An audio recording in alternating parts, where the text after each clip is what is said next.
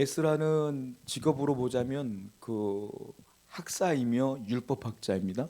그 에스라서를 보게 되면은 성전을 회복하고 포로로 돌아와서 성전을 수복하는 내용들을 쓴 성경이 여러 군데가 있는데 그 중에 하나가 에스라고 또 하나가 느헤미야서예요. 근데 에스라는 그 성전 회복에 관한 이야기입니다. 주전 587년도에 남유다가 완전히 망해요. 바벨론에 의해서. 바벨론이 침공을 해서 북이스라엘은 이미 아수르에서 멸망하고 그리고 남유다는 바벨론에 의해서 587년 주전 587년도에 완전히 멸망하게 되는데요.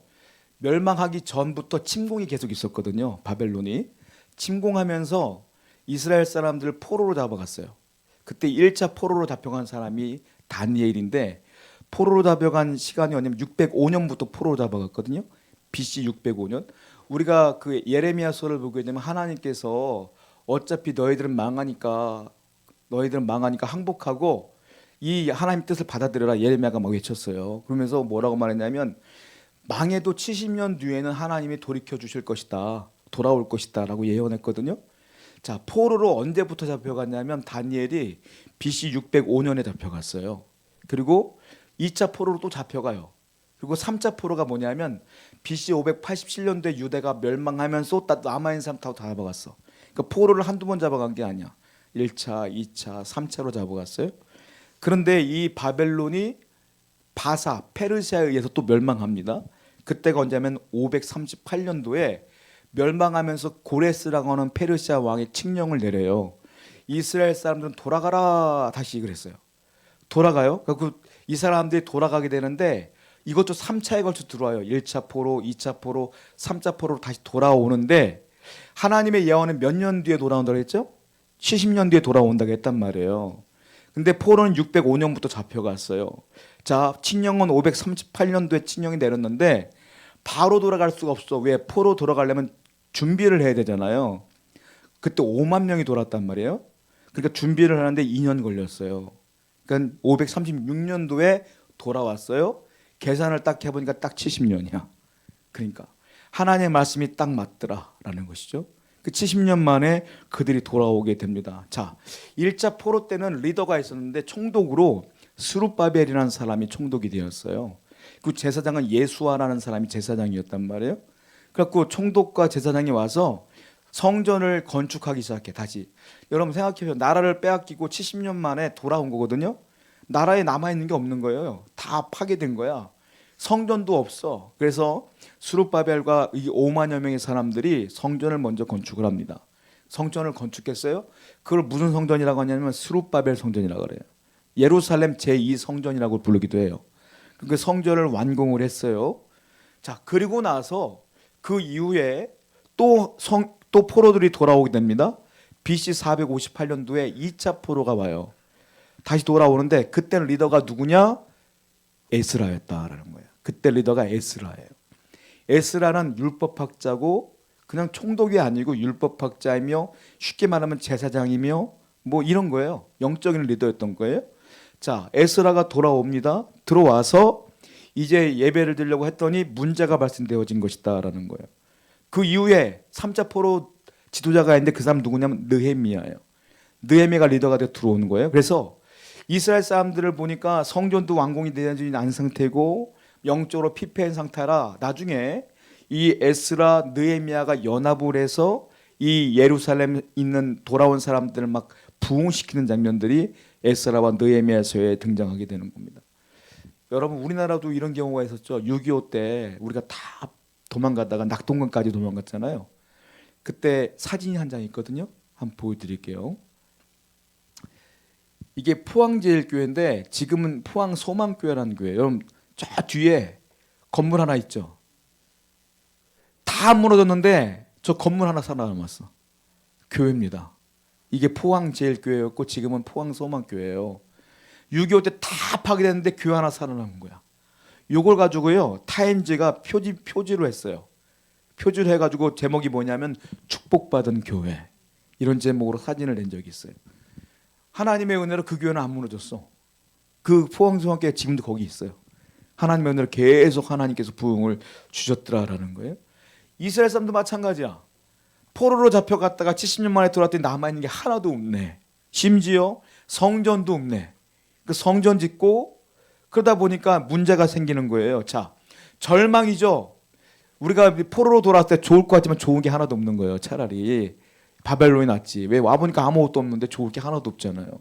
절망 속에 있어요.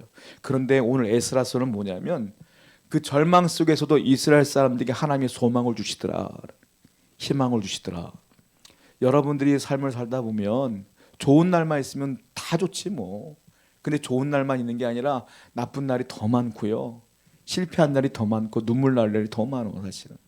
내가 눈물만 안 흐르는 거지 속은 문드러지고 썩어질 때가 한두 번이 아닐 거예요. 자, 그런데 감사한 게 뭐냐면 우리 하나님은 우리에게 그래도 소망을 주시더라라는 거예요. 회복을 주시더라. 자, 이스라엘 사람들도 돌아와서 하나님의 은혜로 회복되어지더라. 어떻게 회복되어지느냐? 이 부분이 오늘 성경에 나와 있는 거예요. 자, 느헤미야서 8장과 9장을 보게 되면은 어떤 일이 벌어지냐면 에스라가 아까 2차 포로기의 리더였다고 했지 않습니까? 와 보니까 일단은 건물도 없고 아무것도 없어. 문제는 이스라엘 사람들의 믿음도 다 무너진 거예요. 그래서 먼저는 이 신앙을 회복시키기 위해서 에스라가 7월 초하루에 7월 1일 날 예루살렘 성전 수문 앞으로 다 모이라 그래요. 사람들 다 모였어요. 뭐 하냐면 성경 딱 들고, 그 사람이 율법학자라 그랬잖아요. 말씀 연구가란 말이에요. 성경을 딱 읽고 새벽부터 계속 읽는 거야. 같이 말씀 읽고 해석해주고 말씀 읽고 해석해주고 아침부터 점심 저녁 계속 하는 거야. 이게 뭐냐면 한마디로 설교죠. 설교.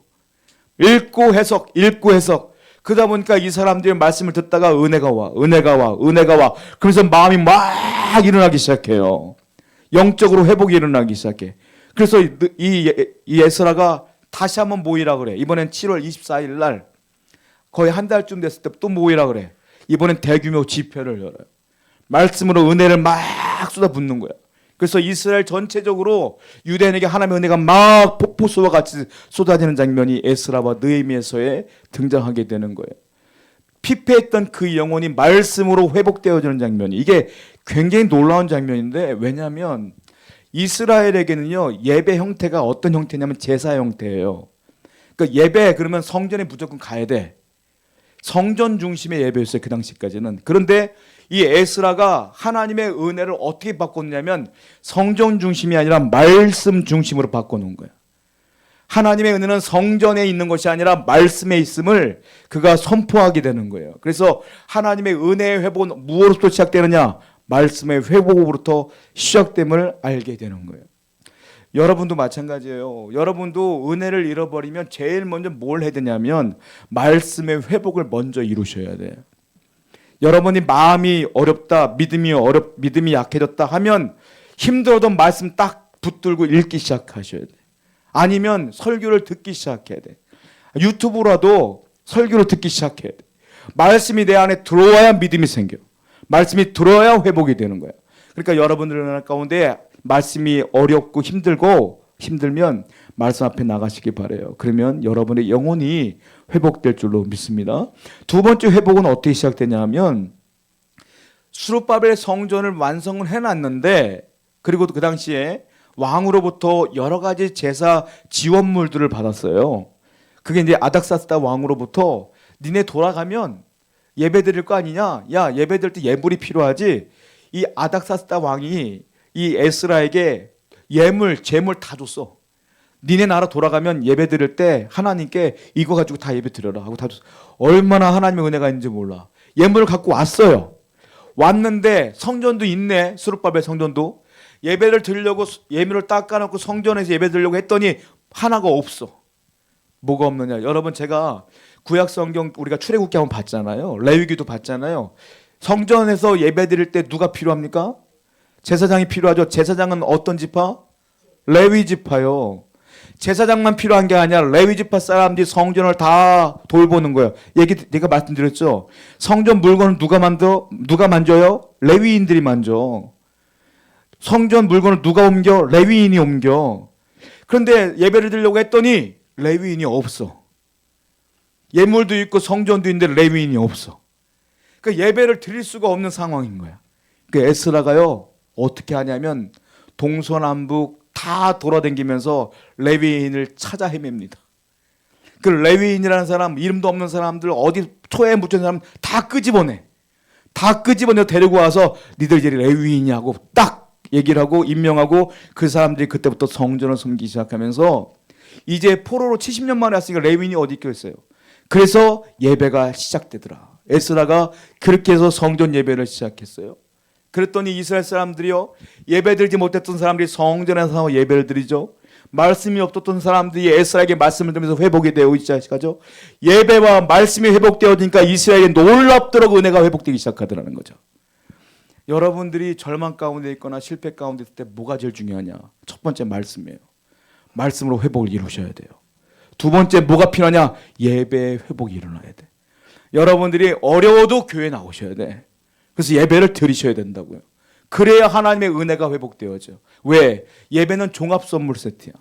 여기서 예배를 드리면 찬송도 있어, 기도도 있어, 말씀도 있어, 축복 기도도 있어. 그러니까 우리는 예배 가운데 올 때 하나님의 은혜가 있게 되는 거예요. 일주일 동안 죄 짓고 실패해도 하나님 앞에 나와서 회복이 이루어지는 거예요. 그러므로 예배를 사모하시기 바랍니다. 말씀을 사모할 때 회개가 일어나. 자, 이스라엘 사람들 이제 말씀으로 회복이 됐어요. 예배로 회복이 되었어요. 그러면 회복은요, 한 번이면 돼. 근데 어떻게 이 회복이 매일 일어날 수 있겠어요? 자, 매일매일 이 회복을 유지하는 게 중요하다는 거죠. 그거 어떻게 유지할까요? 에스라가 이렇게 얘기하고 있어요.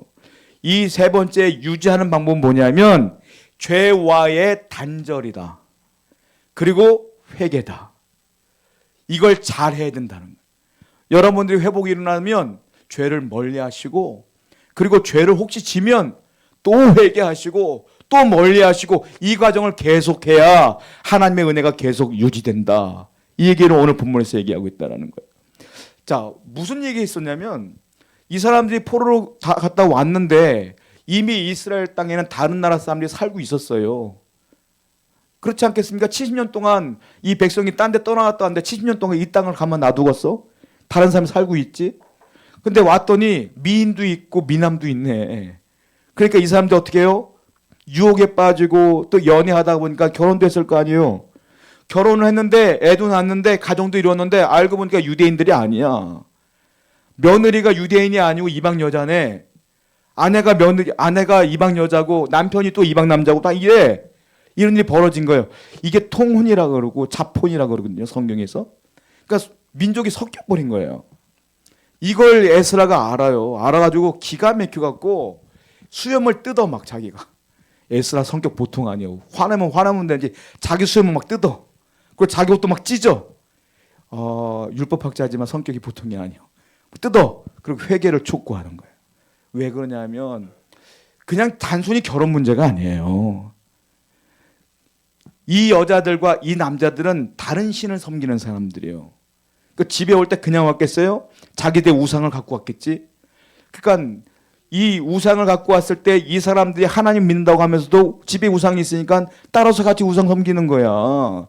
그러니까 예수 믿는, 하나님 믿는 민족이 자폰이 된 거예요, 전부 다. 우상 숭배자들이 된 거예요. 그래서 에스라가 화가 나서 뭐라고 명령하냐면 이렇게 얘기하죠. 본문인데 한번 읽어볼게요. 시작.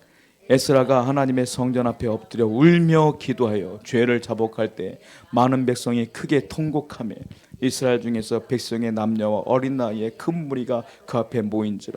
엘람 자손 중 여히엘의 아들 스가냐가 에스라에게 이르되 우리가 우리 하나님께 범죄하여 이 땅 이방 여자를 맞이하여 아내로 삼았으나 이스라엘에게 아직도 소망이 있나니 곧 내 주의 교훈을 따르며 우리 하나님의 명령을 떨며 준행하는 자의 가르침을 따라 이 모든 아내와 그들의 소생을 다 내보내기로 우리 하나님과 언약을 세우고 율법대로 행할 것이라.